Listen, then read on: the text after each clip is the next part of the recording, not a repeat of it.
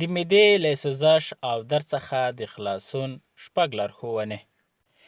زیات کسان به مو لیدلي وي چې د معدې له سوزش او درد څخه سر ټکوي او زیات ورڅخه په تکلیف وي. د دې لپاره زیات درمل هم کاروي خو کومه خاصه ګټه ورته نه رسوي. یو لامل یې دا هم کیدای شي چې د دې لپاره ناروغان پرهیز نه کوي. کوم د معدې د درد یا سوزش لپاره کوم درمل دی په خپل وخت نه کاروي، په دې کې سستوالی کوي. ټول هغه ناروغان چې د معدې سوزش او درد څخه په تکلیف وي او د دې څخه شکایت لري دغه لارې چارې دې وازموي. اول د ډېر یخو اوبو پر ځای تړمې اوبه وڅښئ، ځکه تړمې اوبه معده د معدې سوزش او درد آراموي.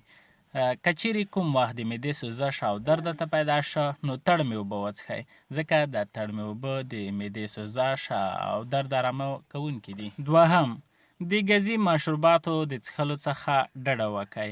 یعنې که کوم ګازي مشروبات چې په بازار کې پلورل کیږي د دې د څښلو څخه ډډه وکړئ. پر ځای د دې له میوو څخه په خپل کور کې د میوو څخه شربت جوړ کړئ، هغه کاروئ تر څو درته ګټه ورسوي. ګازي مشروبات دا نقصان لرونکي دي. دریم، د ډوډۍ خوړلو وروسته سمدستي مه ویده کیږئ. لږ تر لږه 1 ساعت وروسته باید تاسو د ډوډۍ خوړلو وروسته ویده شئ. هغه کسان چې د ډوډۍ وروسته سمدستي ویده کیږي دغه ډوډۍ په معده بوج راوړي، نو د معدې سوزش او درد ورته پیدا کیږي. څلورم، د نشهیي توکو استعمال بند کړئ. د نشهیي توکو استعمال د نورو زیانونو سره سره د معدې سوزش او درد سبب ګرځي. پنځم، ډېر وزن په معده هم بوج راوړي. که چیرې وزن مو زیات وي نو وزن مو کم کړئ. د وزن کمولو لپاره موږ په چینل کې ویډیوګانې هم شته، په هغه طریقه کولی شئ وزن کم کړئ.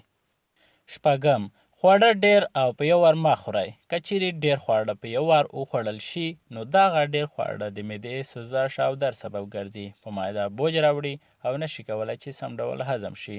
نو دغه 6 لارښوونې عملي کړئ، انشاءالله د معدې سوزش او درد څخه به خلاص شئ.